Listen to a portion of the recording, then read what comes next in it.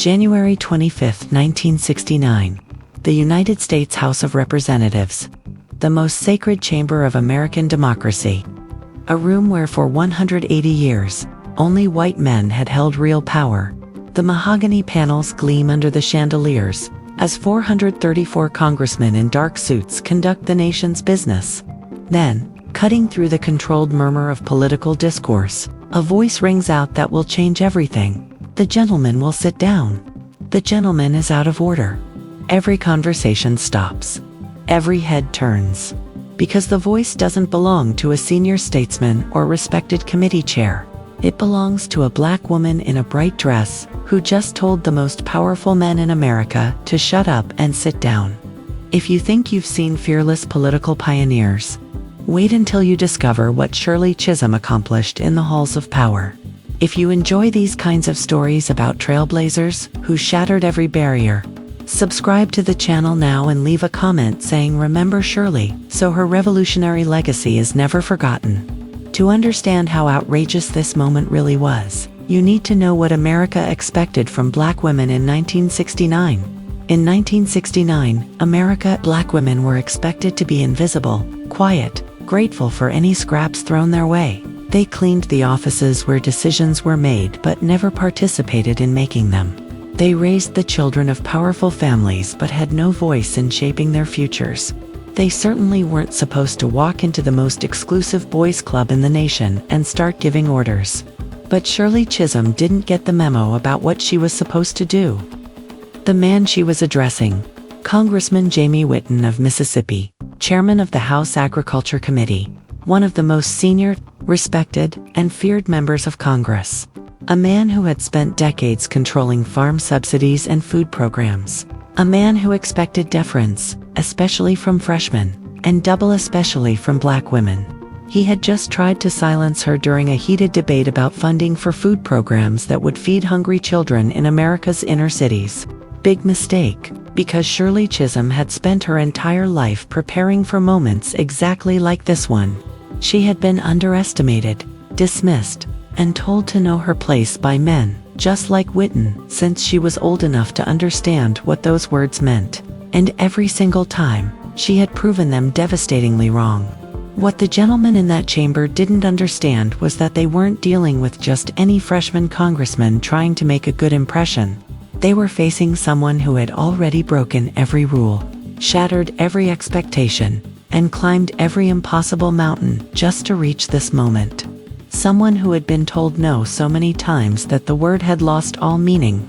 Someone who had learned that the only way to get respect was to demand it. As she stood there, all 5 feet 4 inches of her, staring down the most powerful white men in America, Shirley wasn't just fighting for a legislative point. She was declaring war on a system that had spent 200 years telling people like her that they didn't belong, that they should be grateful for whatever crumbs fell from the table, that they should never, ever raise their voices in the halls where real decisions were made. And what happened next would send shockwaves through Washington that are still reverberating today. But how did a little girl from Brooklyn end up becoming the most feared woman in Congress? How did someone society had written off as impossible manage to terrify the American political establishment? The answer begins decades earlier, in a cramped apartment in Bedford-Stuyvesant, with a 3-year-old girl who refused to accept the word no. November 5, 1968, election night in America. Across the country, television anchors are reporting the results of one of the most turbulent elections in American history. Richard Nixon has just won the presidency. But in a small Brooklyn district, something even more groundbreaking is happening that most of America isn't paying attention to. Shirley Chisholm has just done the impossible. She has become the first black woman ever elected to the United States Congress in the entire 192-year history of the Republic. The numbers tell an incredible story. In New York's 12th Congressional District, a working-class area of Bedford-Stuyvesant, that the political establishment had written off as unwinnable for anyone who wasn't part of the machine. Shirley didn't just win, she demolished her opponents. She captured 67% of the vote in a 3-way race, defeating both the Democratic machine candidate and a well-funded Republican challenger who had the backing of the party establishment. But the real shock wasn't just that she won. It was how she won. While her opponents were running traditional campaigns with endorsements from powerful men and promises to work within the system, Shirley was doing something completely different. She was walking through housing projects in high heels, climbing 5 flights of stairs to knock on doors that other politicians ignored. She was speaking in English, Spanish, and her childhood Barbadian dialect to reach voters who had never felt represented before. She was promising not to play nice or follow the rules that had kept people like her constituents powerless for generations. Her campaign slogan wasn't some focus-grouped phrase designed to offend no one. It was a declaration of war, unbought and unbossed. The Democratic Party bosses in Brooklyn were furious. They had tried to block her nomination, convinced that sending a black woman to Congress would be a disaster for the party. They had warned that she was too radical, too confrontational, too everything for the dignified halls of Washington. They had predicted she would embarrass them, embarrass the district, embarrass herself. Instead, she had just delivered the most decisive congressional victory in the district's history. But even as the celebration parties began in Bedford-Stuyvesant that night, the real magnitude of what had just happened was sinking in across political America. Newspaper editors were frantically rewriting their coverage. Television producers were scrambling to figure out how to explain this to their audiences. Political analysts were trying to understand how all their predictions had been so spectacularly wrong. Because this wasn't just about one election in one district.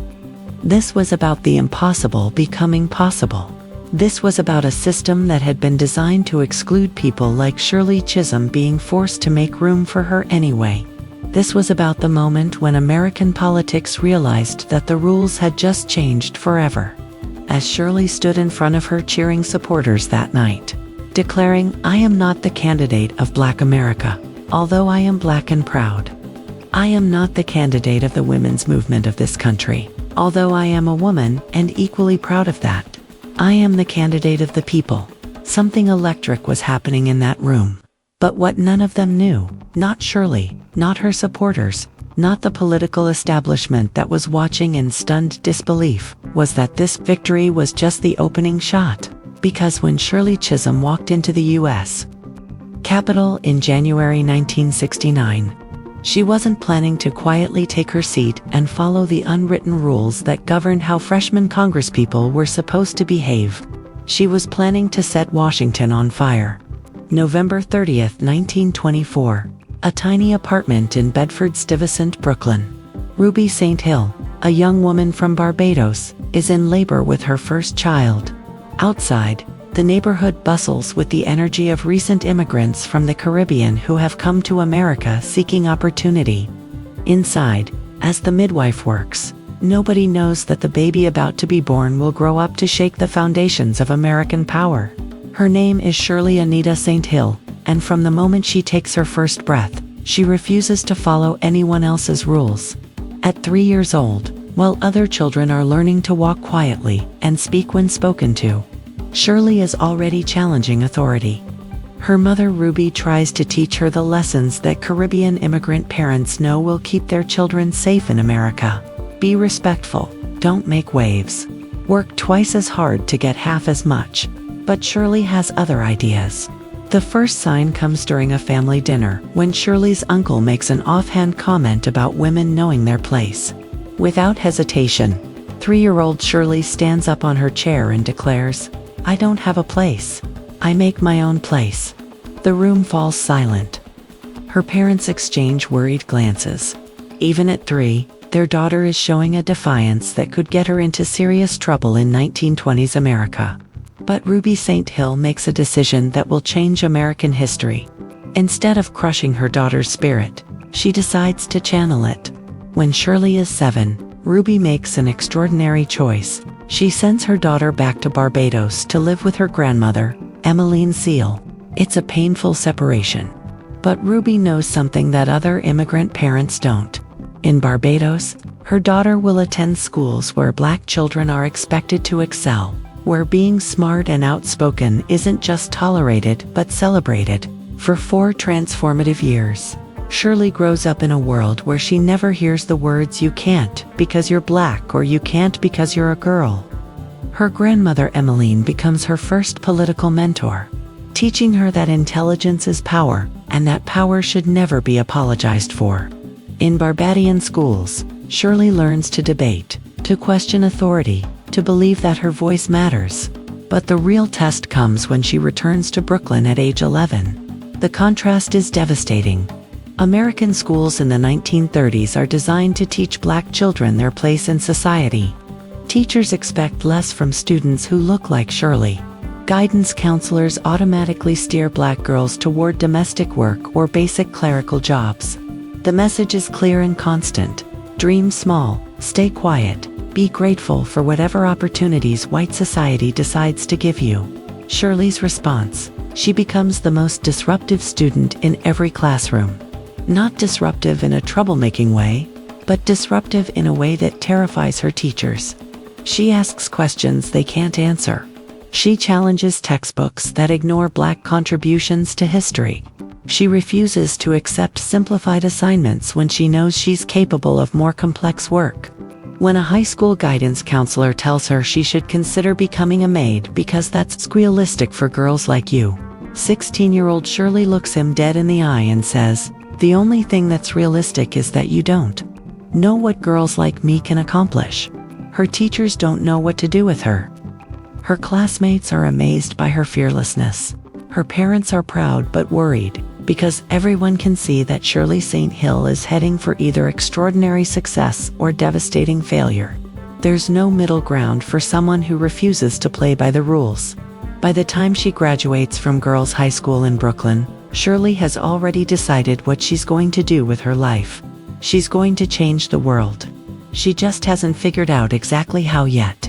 But in 1946, at age 22, an opportunity would present itself that would set her on the path to political revolution. An opportunity that would teach her the most important lesson of her life. If you want to change the system, you have to be willing to fight it from the inside. 1946, Brooklyn College. 22-year-old Shirley St. Hill walks into her first education class with a plan that will horrify the professor and change her life forever. While her classmates are preparing to teach in the segregated school system that keeps black children in their place, Shirley has decided she's going to use education as a weapon to destroy that system from within. Her professors at Brooklyn College quickly realize they have a problem on their hands. During a discussion about appropriate curriculum for urban students, Shirley stands up and delivers a speech that leaves the room stunned. She argues that the real problem isn't black children's ability to learn, it's white teachers' refusal to teach them properly. She points out that the same children who are labeled slow learners in American schools would be considered gifted in Barbadian classrooms. She demands to know why textbooks never mention black scientists, mathematicians, or leaders. The professor tries to silence her. Big mistake.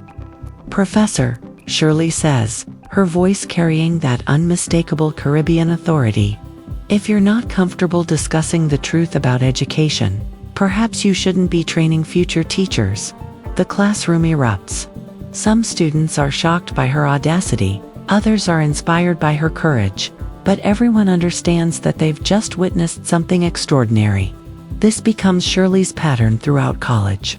She doesn't just study education, she revolutionizes every discussion she's part of. She joins the Harriet Tubman Society and immediately pushes them to move beyond social activities toward political action. She becomes debate team captain and uses every tournament to challenge racist assumptions about black intellectual capacity.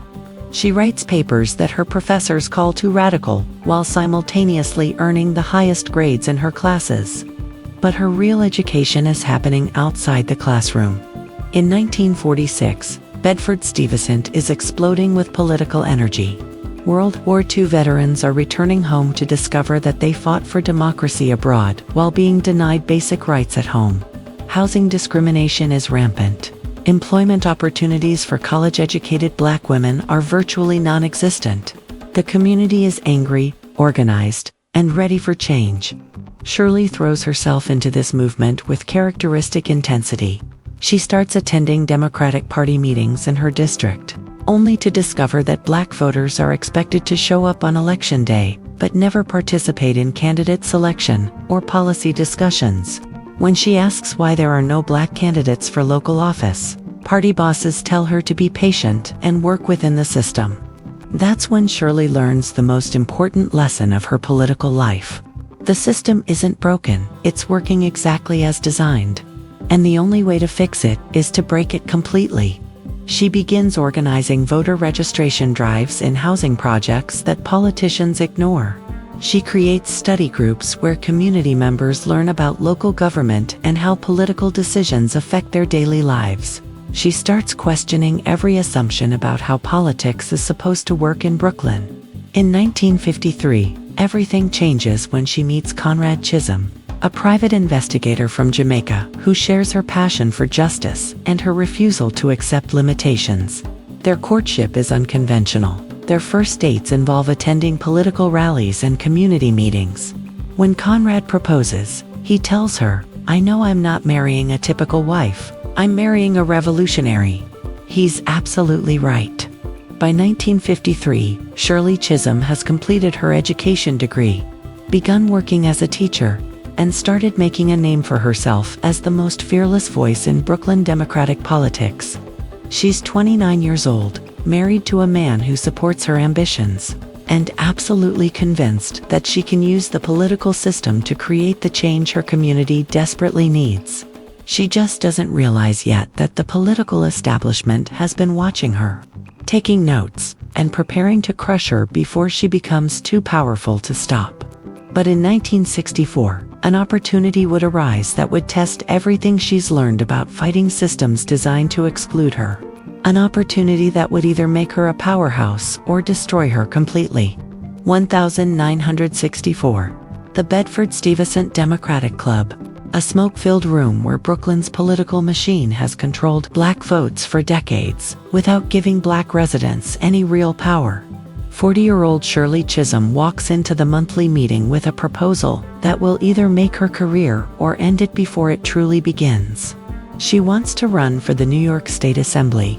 The room erupts in laughter.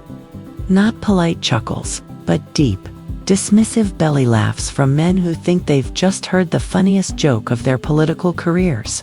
The club president, a white man who has never lived in Bedford-Stuyvesant, but controls its political destiny, wipes tears from his eyes as he explains why this is impossible. "Shirley, honey," he says with condescending patience, "we appreciate your enthusiasm, but the assembly seat isn't for people like you. We need someone who can work with the establishment, someone the voters will take seriously. Maybe you could help with voter registration instead." Wrong answer. Shirley stands up, and the laughter dies instantly. When she speaks, her voice carries 20 years of accumulated fury at being told what she can and cannot do. "Gentlemen, let me clarify something. I'm not asking for your permission. I'm informing you of my intention. And if you think the voters of this district won't take a woman seriously, who has spent her life fighting for their children and their rights, then you don't know this community as well as you think you do." What happens next changes Brooklyn politics forever. Instead of backing down or apologizing, Shirley walks out of that meeting and begins building her own political machine. She starts with what she knows best: education. As a teacher and administrator, she has spent years working with parents who trust her judgment and believe in her commitment to their children. These become her first campaign volunteers. But Shirley's real genius lies in understanding something the Democratic establishment has never grasped. Bedford-Stuyvesant isn't just black. It's Caribbean, Southern, Puerto Rican, and Dominican. It's a community of immigrants and migrants who share common struggles but have never been organized around common solutions. Her campaign strategy is revolutionary. While her opponents hold fundraisers in expensive venues for wealthy donors, Shirley sets up folding tables outside subway stations and supermarkets. While they give speeches to empty auditoriums, she knocks on doors in housing projects that other politicians consider unreachable.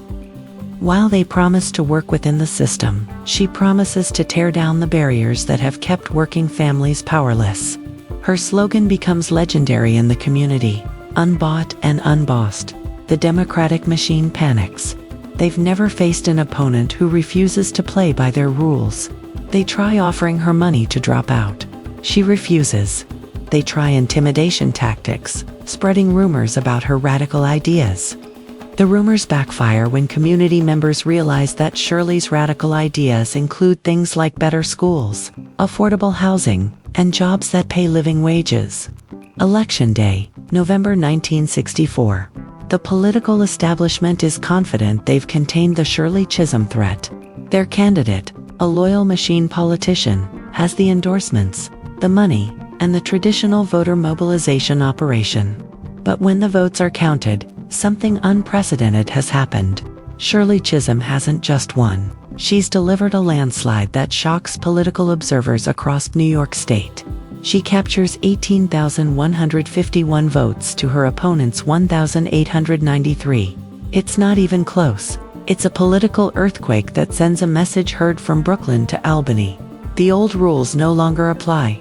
As she celebrates with supporters that night, Shirley makes a speech that defines her political philosophy. "I am not interested in being a good politician. I am interested in being a politician who does good." But what she doesn't know yet is that her victory has just made her the most watched freshman legislator in Albany. The political establishment is taking notes, planning strategies, and preparing to ensure that Shirley Chisholm never gets the chance to cause this much trouble again. They have no idea what's coming next. Because in 1968, Shirley is going to set her sights on an even bigger prize, a seat in the United States Congress. And this time, she's not just planning to win, she's planning to use that platform to challenge the most powerful men in America. March 1968. The Audubon Ballroom in Harlem. The same stage where Malcolm X delivered his final speech 3 years earlier. 43-year-old Shirley Chisholm stands before a packed crowd and makes an announcement that will send shockwaves through American politics. She's running for the United States Congress. The audience explodes in cheers, but across political America, the reaction is very different. Panic, because this isn't just any congressional race. New York's 12th district has just been redrawn, creating the first majority black congressional district in the state's history. Every major politician in New York wants this seat. It represents power, prestige, and the chance to be the voice of Black America in Congress. And now this woman, this impossible woman who refuses to follow any rules, is threatening to take it all away from them. Her primary opponents aren't just any politicians. They're civil rights legends with national reputations and powerful connections. Dolores Alexander, a prominent civil rights activist; William Thompson, an experienced state senator with endorsements from labor unions.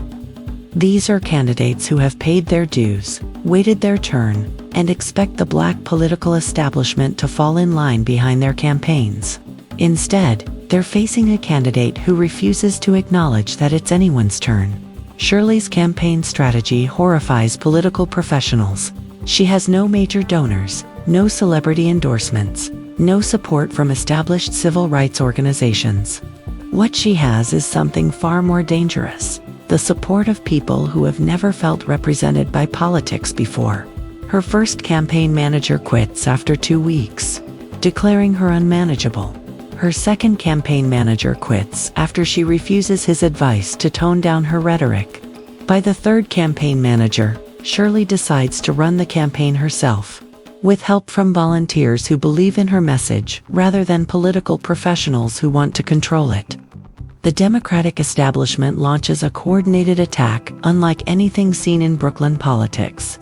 They question her experience, her temperament, her electability. They whisper that she's too confrontational to be effective in Congress. They suggest that sending a woman to Washington will embarrass the district and set back black political progress. But their most devastating attack is saved for last. Just weeks before the primary election, flyers begin appearing in churches and community centers throughout the district. The message is simple and designed to destroy her. A woman's place is in the House. but not the House of Representatives. The flyers backfire spectacularly. Instead of being intimidated, Black women across the district are insulted and energized. They've spent their lives being told what their place is, and they're tired of it. They begin organizing with an intensity that amazes even Shirley's campaign. Women take time off work to canvass. Mothers bring their children to campaign events. Church groups that have never participated in politics register to vote specifically to support her. Her opponents realize too late that they've made a fatal mistake. They've turned the election into a referendum on whether a Black woman has the right to seek power in America. And in a district full of Black women who have been denied power their entire lives. That's not a fight anyone else can win. June 18, 1968. Primary Election Day. The polls close at 9 p.m., and by 10 p.m., it's clear that something unprecedented has happened. Shirley Chisholm hasn't just won the Democratic primary, she's crushed her opponents. With 9,389 votes in a five-way race, nearly 1,000 votes more than her closest competitor. But the real shock comes in November during the general election. Her Republican opponent, James Farmer, is no ordinary challenger. He's a legendary civil rights activist, a founder of the Congress of Racial Equality, and a man with national name recognition who expects Black voters to support him regardless of party affiliation. He's about to learn that Shirley Chisholm's supporters don't vote based on other people's expectations. Election night, November 5, 1968. As returns pour in from across the district, it becomes clear that history is being made. Shirley Chisholm isn't just winning, she's delivering a landslide that will echo through American politics for generations. But what her celebration crowd doesn't know yet is that her victory is about to trigger the most intense political education of her life, because when she walks into Congress in January 1969, she's not planning to quietly take her assigned seat and follow the unwritten rules that govern how freshman members are supposed to behave. She's planning to declare war on the entire system. January 3, 1969, the United States Capitol. Opening day of the 91st Congress. As Shirley Chisholm walks up the marble steps in her bright yellow coat, photographers cluster around her like she's a curiosity rather than a congresswoman. The headlines that morning tell the story. First Negro woman takes seat in Congress, as if she's a historical exhibit rather than an elected representative. The establishment thinks they have her figured out. They expect her to be grateful, quiet, and manageable. They're about to discover how spectacularly wrong they are.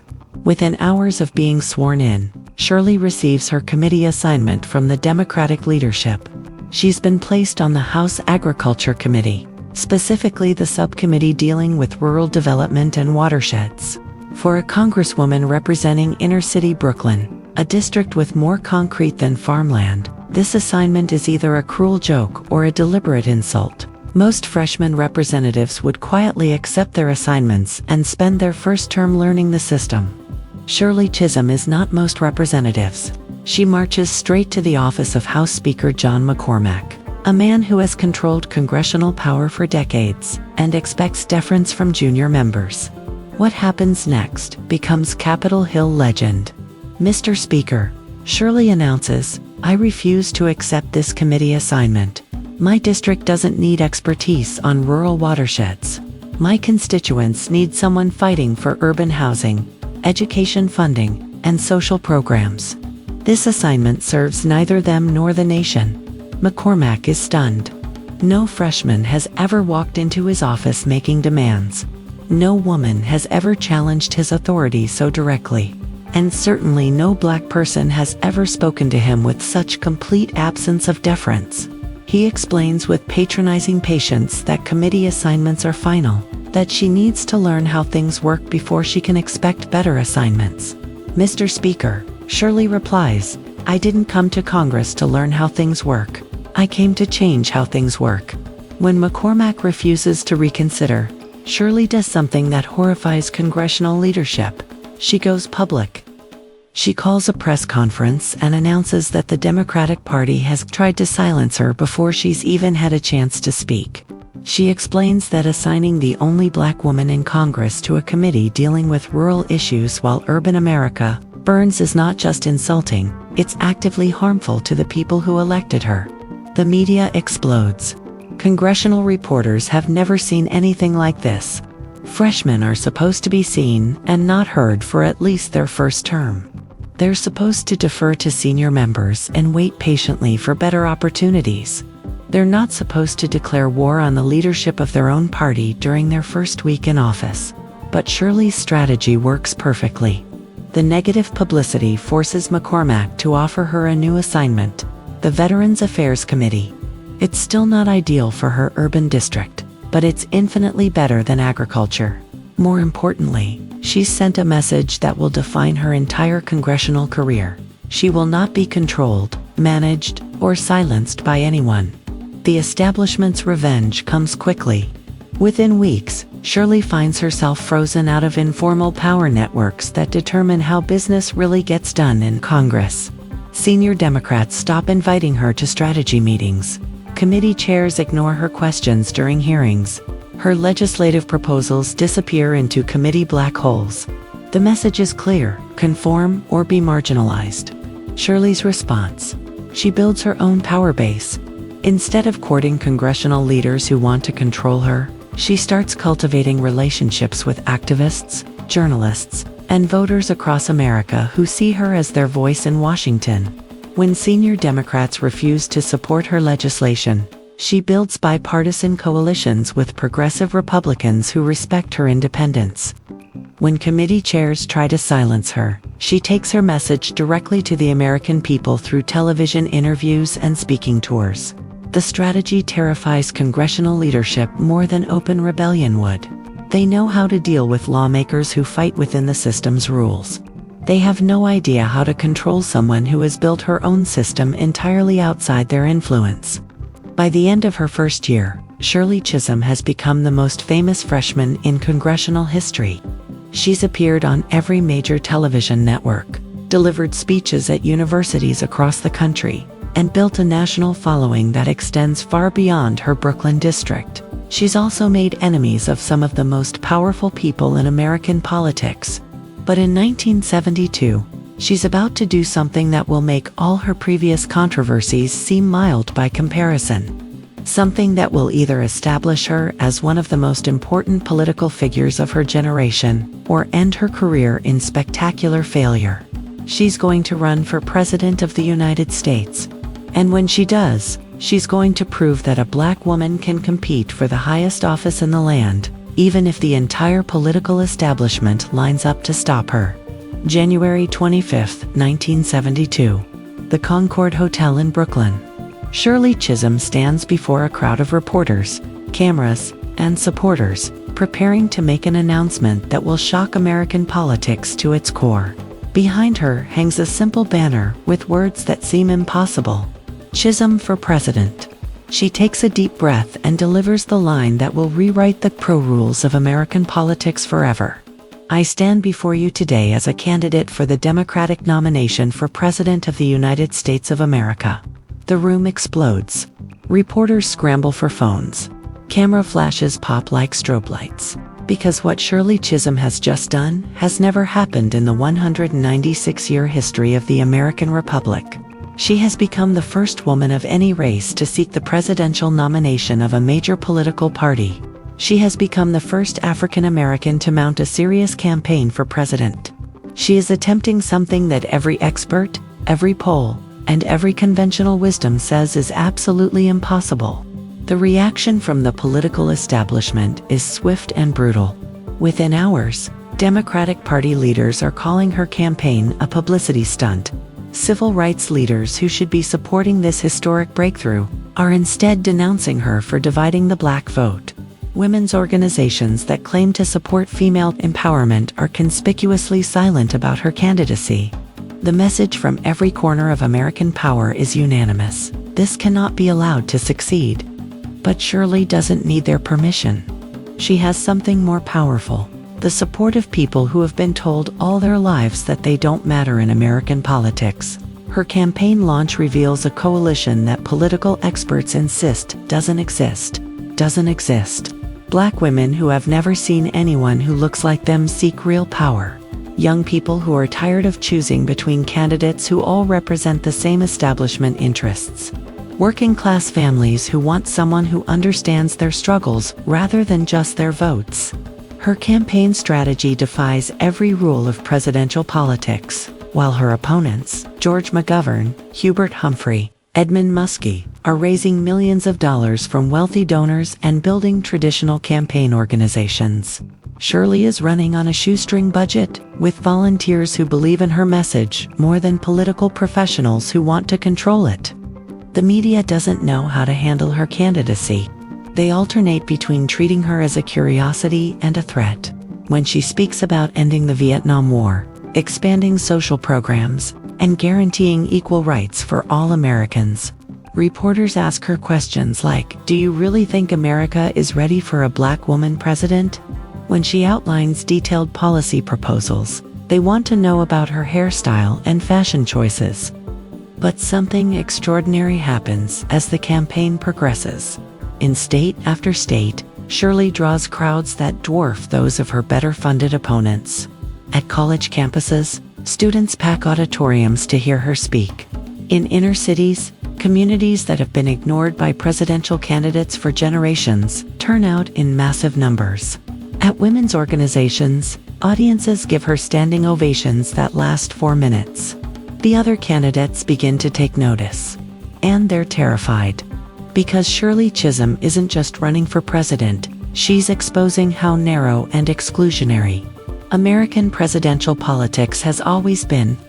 She's proving that there are millions of Americans who want something different from their leaders, who are hungry for authenticity and courage rather than calculation and compromise. Her opponents try everything to stop her momentum. They challenge her petition signatures. They exclude her from debates. They spread rumors about her electability, but every attack only strengthens her support among voters who see the establishment's panic as proof that she's the real threat to business as usual. The Democratic National Convention in Miami becomes the stage for the most dramatic moment of her campaign. When the roll call begins and state delegations announce their votes, something unprecedented happens. One by one, states that political experts predicted would ignore her candidacy announced delegates for Shirley Chisholm. Mississippi, 4 delegates. California, 2 delegates. She finishes with 152 delegates and becomes the first woman and first African American to have their name placed in nomination for president at a major party convention. But even more important than the delegates is what she's accomplished by simply running. She has forced America to confront the possibility that leadership can come from unexpected places. She has inspired a generation of women and minorities to see political power as something they can claim rather than something they must be granted. She has changed the conversation about who can be president forever. As she stands on that convention stage, watching her delegates being counted, Shirley knows she won't be the Democratic nominee. But she also knows she's accomplished something far more important than winning. She's proven that the impossible is possible. What she doesn't realize yet is that her presidential campaign is just the beginning of a legacy that will reshape American politics for generations. Because the young people cheering for her in Miami will grow up to run for office themselves. The barriers she's breaking will make it possible for others to dream even bigger dreams. July 12, 1972. The Democratic National Convention. As the final vote tally is announced and George McGovern becomes the party's nominee, Shirley Chisholm stands backstage knowing she has just lost the most important election of her life. But what she doesn't realize yet is that she has won something infinitely more valuable. She has rewritten the DNA of American politics forever. The numbers tell only part of the story. Yes, she received 152 delegate votes. Yes, she won primaries in New Jersey and Louisiana. Yes, she forced America to see a black woman as a serious presidential candidate for the first time in history. But the real victory isn't measured in votes or delegates. It's measured in the millions of people who will never again accept that power in America belongs only to white men.